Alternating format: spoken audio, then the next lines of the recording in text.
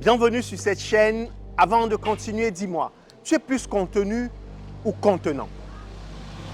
C'est une question à laquelle, a priori, tu ne vois pas les éléments de réponse parce que tu ne comprends pas déjà la notion de contenu ni la notion de contenant. Avant la fin de cette vidéo, je t'aurai expliqué clairement ce qu'on met dans contenu et ce qu'on met dans contenant dans notre jargon, dans l'approche qui est la nôtre aujourd'hui. Mais avant de poursuivre, je te suggère de t'abonner sur cette chaîne si tu es nouvelle et je te suggère vivement de cliquer sur la cloche de notification pour ne rien manquer des prochaines vidéos.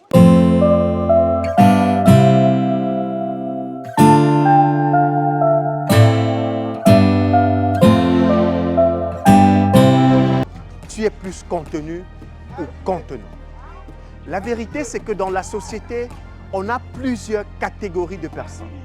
On a cette catégorie de personnes qui estiment qu'il faut qu'elles aient un contenu, qu'il faut qu'elles aient la tête super pleine, qu'il faut qu'elles soient surchargées. Parce que dans la société, on pourrait avoir besoin d'elles. À côté de ça, il y a cette deuxième catégorie qui estime qu'il faudrait qu'elles aient le maximum de diplômes possible, qu'il faudrait qu'ils aillent à l'école le plus longtemps possible. Oui, aussi parce que malheureusement, on est dans une société où, heureusement selon, on est dans une société où quel que soit ce que tu vas faire, on va te demander quel est ton diplôme. Et ailleurs, on demande aussi parfois qu'est-ce que tu sais faire. Mais laissez-moi vous dire une chose. Ce que je vais te dire maintenant, c'est que tu sois contenu, ça veut dire que tu fais partie des personnes qui ont besoin de bosser, de travailler, d'avoir du bagage intellectuel énorme. Ou que tu sois contenant, ça veut dire que tu sois de ceux qui souhaitent avoir énormément de diplômes. Tu as besoin de savoir parler. Tu as besoin de savoir t'exprimer en public. Il n'y a pas de raison que tu aies autant de bagages selon toi et que tu ne saches pas le mettre en avant. Je vais te prendre une image que j'ai adorée, une image du docteur Claudel Noumissi que j'ai énormément adorée, que j'ai énormément appréciée. Et le docteur Claudel Noumissi nous dit, imagine un scénario, fais cette image-là, imagine un scénario dans lequel tu dois prendre un sac tout neuf. Le sac est tout neuf. Et dans ce sac, on met un billet de 2000 francs, un billet de 2000.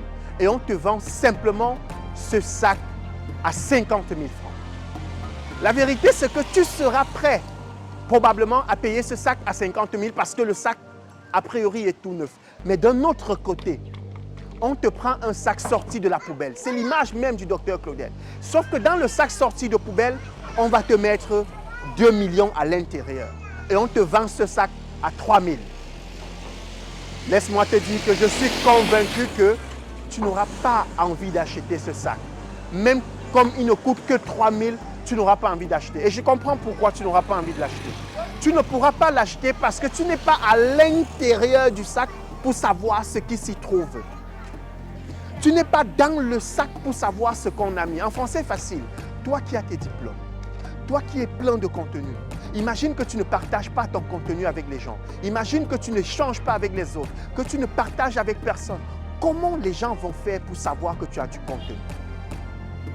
Comment les gens vont faire pour avoir l'information selon laquelle tu aurais un quelconque potentiel? Et je vais t'expliquer encore pour que tu comprennes. Imagine, lorsqu'on voit ces hommes sur des plateaux télé, vous savez ce qu'ils font, les hommes sur les plateaux télé, avant de parler, pour comprendre la notion de contenu et de contenant, pour donner du poids à leur discours, pour donner un certain quitus à leur discours, ils doivent te rappeler qu'ils sont titulaires d'un diplôme de la Sorbonne. Ils doivent te rappeler qu'ils ont fait les plus grandes écoles.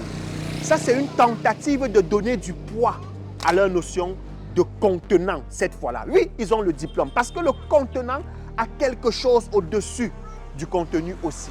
Vous ne pouvez pas, dans cette approche, dissocier l'un et l'autre. Mais ce que vous devez savoir, c'est que quel que soit l'environnement dans lequel vous vous trouvez, vous devez développer cette capacité. Oui, cette capacité qui vous permet de vous exprimer. Je suis dans un espace public, il y a des gens qui passent autour de moi, mais j'en ai rien à cirer. Je suis en train de m'exprimer. Tu dois développer cette capacité de sorte que les voitures, les motos, les personnes qui passent autour de toi ne soient pas capables de te perturber.